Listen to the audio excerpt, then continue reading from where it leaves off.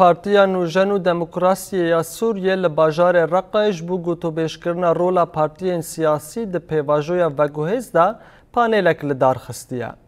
پانیل دبن سرناو پارتیا نوژن و دموکراسی یا سوریه و روشا نویا سوریه هلوست سناریو خالن گیرینگ هاتیه لدار خستن. به دهان نونر مجلس سوریا دموکراتیک و اندام ریوبری خسر آباکور و روجلات سوریه تبلی پانیل بونه. د پانیل دا پشتی دقایق ریزگرتن بشتار نرین خوین سیاسی جبو قوناخ وگوهزا پشتی روخاندن رژیم بعثه و باندور روشا هی لسر سبروجا ولید آنین سرزمان.